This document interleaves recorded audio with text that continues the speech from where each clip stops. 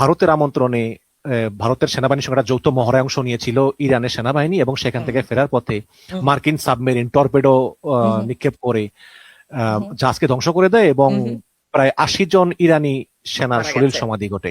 হুম এখন গতকালকে খবর হচ্ছে যে ভারতকে নাকি 1 মাসের জন্য রাশিয়া থেকে তেল কেনার অনুমতি দিয়েছে মার্কিন যুক্তরাষ্ট্র।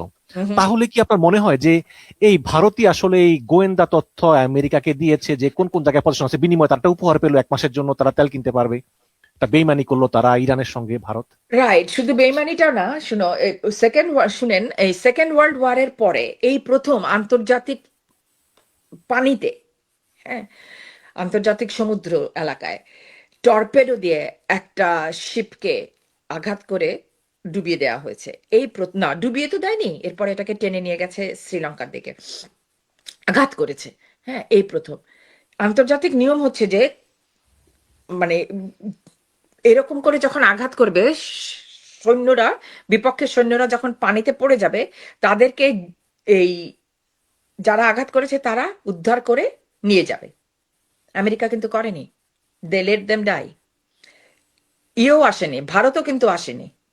ওরা কিন্তু অনেক এসওএস ছেড়েছে এই জাহাজ থেকে, ভারতের কোনো জাহাজ কিন্তু আসেনি। কারা এসছে? শ্রীলঙ্কা। হুম, শ্রীলঙ্কা এসে এদেরকে উদ্ধার করেছে এবং এদের জাহাজকে তাদের একটা পোর্টে নিয়ে গেছে। হ্যাঁ, এবং ইরানের আরেকটা জাহাজ এসওএস পাঠিয়েছিল, সেটাকেও শ্রীলঙ্কা তাদের পোর্টে জায়গা দিয়েছে।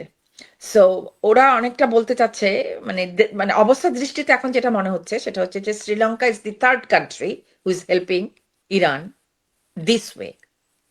আক্রমণ না, কিন্তু উদ্ধার করছে, জাহাজগুলোকে জায়গা দিচ্ছে।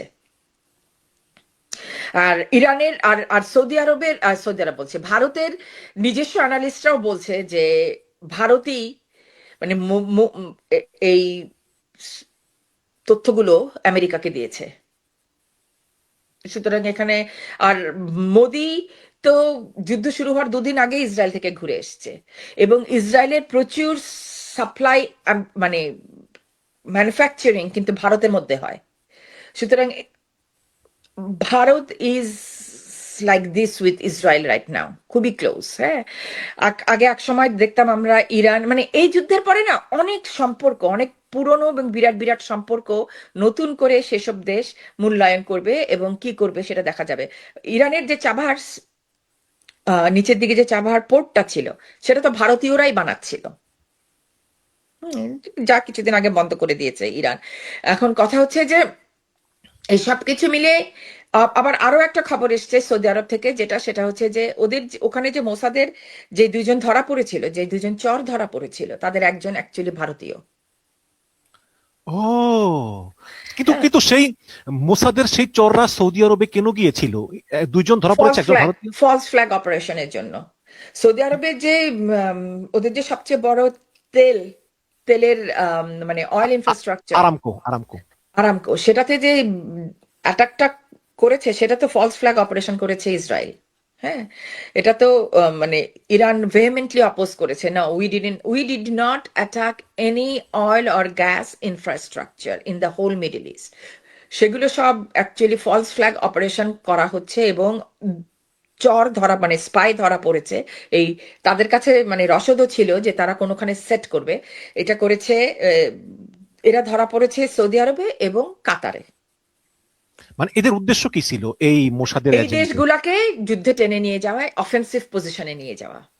মানে আক্রমণ করবে তারা, বাট নাম দিবে ইরানের, তখন হ্যাঁ তারা যুদ্ধে অংশগ্রহণ করবে। হ্যাঁ হ্যাঁ, এমনকি ওরা এটা করেছে সাইপ্রাসের যে ইউকের বেস ছিল, সেখানেও কিন্তু ফলস ফ্ল্যাগ অপারেশন করেছে ইসরায়েল। এটা ইউকে জানে, এটা ইউকে জানে, জানে বলেই তারা এটা নিয়ে আর উচ্চবাচ্চা করছে না। তাহলে আমি তো দেখছি যে এই ইসরায়েল এবং ইন্ডিয়া, এরা আসলে এদের স্বার্থের জন্য যে কোনো কিছু করতে পারে, এদের কোনো অফকোর্স, নীতি আদর্শ কিচ্ছু নেই। অফকোর্স নাই, আমেরিকারও নাই। আপনি আমেরিকার নাম না নিচ্ছেন না কেন? ও হ্যাঁ হ্যাঁ, এই 3টা দেশেরই নাই, এবং আরো অনেক দেশেরই নাই ইউরোপে। বাট তারা কেউই এই যুদ্ধে ইরানের বিপক্ষে যেতে চাচ্ছে না। এখন এখন এই গালফ কান্ট্রিগুলোর কি হবে? এরা কি আসলে সরাসরি আমেরিকার সঙ্গে অংশগ্রহণ করবে? যদিও আজকে মাসুদ পেজিশকিয়ান তিনি ক্ষমা চেয়েছেন, কিন্তু অবশ্যই আপনার এই কথাই বুঝলাম যে যেহেতু মোসাদ রাজান পাঠিয়েছে, তারাও চায় যে ইসরায়েল আমেরিকা চায় যাতে এই দেশগুলো আসলে অংশগ্রহণ করুক ইরানের বিরুদ্ধে। শেষ পর্যন্ত তারা কি আসলে অংশগ্রহণ করবে? মানে এখানে যে কাতার, জর্ডান বা সৌদি আরব এদের পজিশন কি হতে পারে?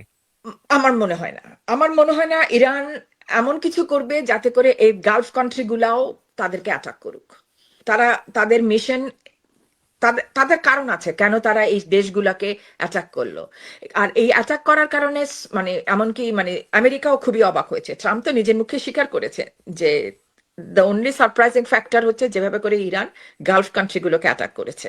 এটা তাদের হিসাবে ছিল না, কিন্তু তারা অ্যাটাক করেছে এই কারণে, কারণ হচ্ছে তারা 12 দিনের যুদ্ধে দেখেছে যে এই সমস্ত দেশগুলোতে যেসব রেডার সিস্টেম গুলো আছে, আমেরিকান রেডার সিস্টেম গুলো আছে, এগুলো ভীষণ মানে কমপ্লেক্স, কমপ্লিকেটেড, এক্সপেন্সিভ এবং ভীষণ কাজের। হুম, একদম মানে এই আধুনিক। এই রেডার দিয়ে আসলে ঠিক কি তারা করে আমেরিকা ইনকামিং ইসরায়েল? ইরান থেকে যখনই কোনো মানে যখনই কোনো মিসাইল অথবা ড্রোন সোয়ার্ম অ্যাটাক করা শুরু করে, যদিও ড্রোন গুলো অনেক নিচ দিয়ে উড়ে বলে রাডারে খুব একটা ধরা পড়ে না, বাট মিসাইল গুলো মেনলি, হ্যাঁ, যখনই এগুলি লঞ্চ করে ইরান থেকে, হ্যাঁ, ওগুলি ইসরায়েলে যেতে যেতে তো অনেক সময় 2-3 ঘন্টা সময়ও লেগে যায়। যদি এগুলি হাইপারসনিক না হয়। হুম, সুতরাং এরা আগে ভাগে জানিয়ে দেয় ইসরায়েলকে, হ্যাঁ, যে তোমার দিকে আসছে এতগুলি মিসাইল এই কোঅর্ডিনেট দিয়ে। তখন ওরা ওদের অ্যান্টাই এয়ারক্রাফট মানে মানে তাদের যে এয়ার ডিফেন্স সিস্টেম সেটাকে তারা অ্যাক্টিভেট করে, ওরাও একদম কোঅর্ডিনেশন অনুযায়ী হিসাব করে ওটা যখন ইরান থেকে যখন এসে ইসরায়েলের আকাশে ঢুকে তখন ওরা গিয়ে ইন্টারসেপ্ট করে, অথবা আশেপাশের দেশ থেকে ইন্টারসেপ্ট, স্পেশালি জর্ডান থেকে গতবার ইন্টারসেপ্ট করেছে। হ্যাঁ, জর্ডান থেকে ইন্টারসেপ্ট করেছে। সো এরকম ভাবে এই এই চোখ, রাডার গুলো হচ্ছে গিয়ে এয়ার ডিফেন্স সিস্টেমের চোখ। যদিও আধুনিক এয়ার ডিফেন্স সিস্টেম প্রত্যেকেরই নিজস্ব বিল্ট ইন রাডার আছে, হ্যাঁ, কিন্তু তারপরেও মনে করে এয়ার ডিফেন্স সিস্টেম গুলি হয়তো অনেক পিছনে ইসরায়েলে, হ্যাঁ, আর এই রাডার গুলি অনেক সামনে ইউএইতে, বাহরাইনে, দোহায়।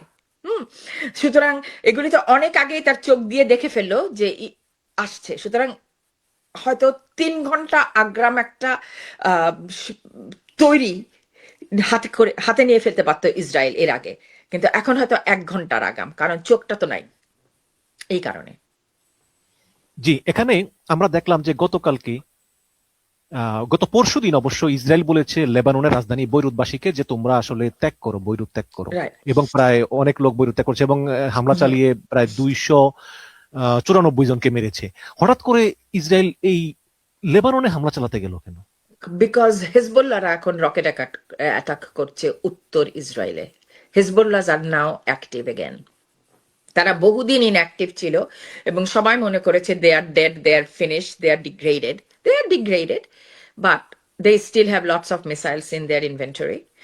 Hezbollah are now actively, মানে the only proxy that Iran has activated so far is Hezbollah's. তো যেহেতু একটা 2 বছর আগে তো একটা ট্রিটি হয়েছিল যার কারণে হচ্ছে যে হেজবুল্লাহরা তাদের অ্যাটাক বন্ধ করে দিয়েছিল, কিন্তু that didn't stop Israel from attacking Hezbollah sites in Lebanon. তারা তো সমান কিছুদিন পর পরই, কয়েক মাস পর পরই লেবাননে অ্যাটাক করতো। তারা তো কোনো সময় তাদের অ্যাটাক অ্যাকচুয়ালি থামায় নাই, হয়তো ফুল ফোর্স অ্যাটাক করে নাই, কিন্তু 2-1টা মিসাইল তো তারা মেরেছেই। Every now and then, every মাসেই একটা না দুটা তারা মেরেছে এই পর্যন্ত। তো লেবানন ভিতরে ভিতরে তাদের সক্ষমতা এবং তাদের শক্তি অর্জন করেছে আবারও, এবং এই যুদ্ধে আবারও হেজবুল্লাহ আর অ্যাক্টিভ। আর সেই কারণেই, কারণ তারা লেবানন থেকে উত্তর ইসরায়েলে এখন মিসাইল মারছে, এবং সেই কারণেই এখন আবার ইসরায়েল গিয়ে লেবাননকে ভালো মতন অ্যাটাক করছে। হ্যাঁ, তারা বৈরুতকে মানুষকে সরে যেতে বলেছে, আর তেহরানও আম, তাদের মানুষকে তেহরান থেকে সরে যেতে বলেছে, ইরানও তাদের মানুষকে তেহরান থেকে সরে যেতে বলেছে। আর ইসরায়েল থেকে ইটসেলফ 1 মিলিয়নেরও বেশি মানুষ বের হয়ে গেছে। ইসরায়েল থেকে এক হ্যাঁ, মিলিয়নেরও বেশি মানুষ বের হয়ে গিয়েছে। হ্যাঁ।